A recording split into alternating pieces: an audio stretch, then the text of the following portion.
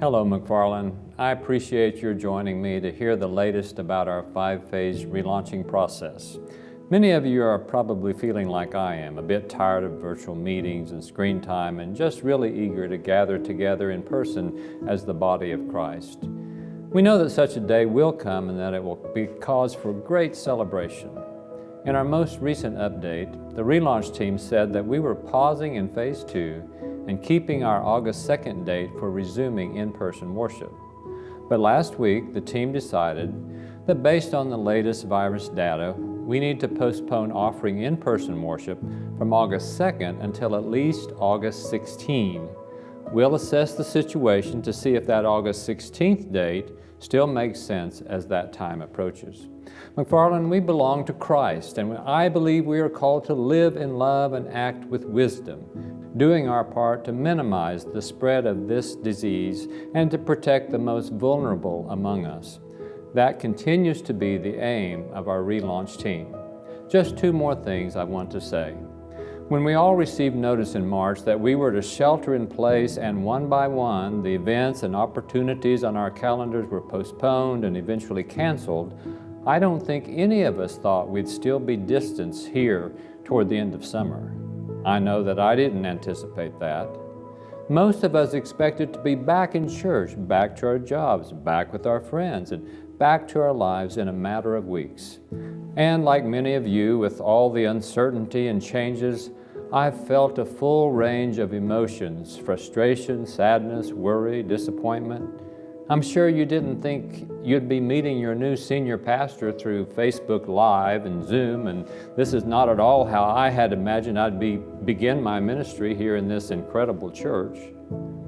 And yet we know this: God is still God, and we are still the body of Christ.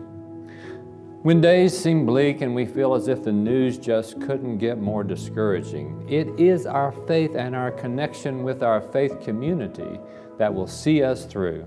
Our need for God's church and for one another has not changed. If anything, we feel a need for God and for this body of believers now more than ever. Over these past several months, I've become even more aware of how amazing God is at making a way where the path just isn't clear. I've been energized by seeing how God's Spirit is able to connect us even through screens, technology, and physical distances. Witnessing God at work in these ways gives me hope and reassures me. I'm reminded of the words of Amazing Grace, which we sang in worship recently. The Lord has promised good to me. His word my hope secures. He will my shield and portion be as long as life endures. I think we can expect that this pandemic is likely to be with us for quite some time, and for many people it'll be a defining experience of their lifetime. But church, we can rely on God's promises, and through God's amazing grace, we can move through these days with hope and without fear. The second thing I want to share is actually a question. How can McFarlin help care for you? Pastor Wendy and I and your ministry staff want to know how we can support you and your family as we move through this time and through the coming months.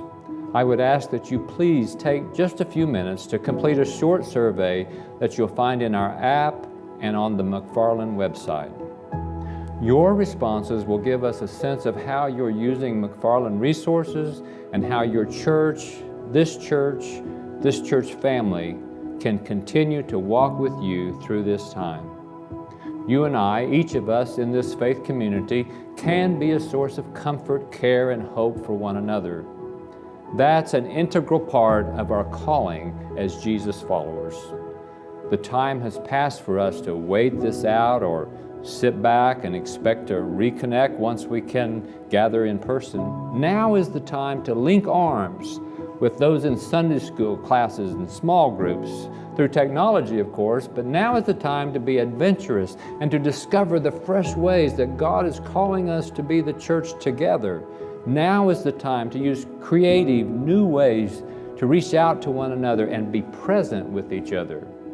You know, I heard about one group of friends that met at a park for a time recently. Each woman sat on her own picnic blanket, a healthy distance from the others, and somehow the bonds of their relationship reached across those 6 or 8 feet and led to laughter, sharing, and life-giving presence for each other. Another family I know ordered pizza to be delivered to their loved one's home and to their own household at the same time. And across the airwaves, they shared a meal together. I know some of you have been having Bible study through Zoom, and others have taken up the almost forgotten art of writing letters and connecting by a phone call. The need for relationship and connection is part of who we are as people, and the need for connection through a faith family is part of our call as followers of Jesus. Ministry has continued every day through McFarlin, and there are so many ways to find community and to shine a light for our larger community through our family of faith. Just as we each need the church needs each of us to be steadfast in sharing our prayers, our presence, our gifts, our service, and our witness. If you find yourself struggling to connect in this time of distancing, we want to help. We are exploring how you can safely meet, worship, serve, and be connected in ways that feed your spirit. Please help us do this by completing that survey on our app or our website. As we walk this journey together, my prayer is that God will show us new, life-giving ways to be the church. And as we learn what it is to be followers of Jesus during this time of pandemic, may we remember and remind one another that our God is ever faithful and ever present, moment by moment. Thank you, McFarlin. Thank you.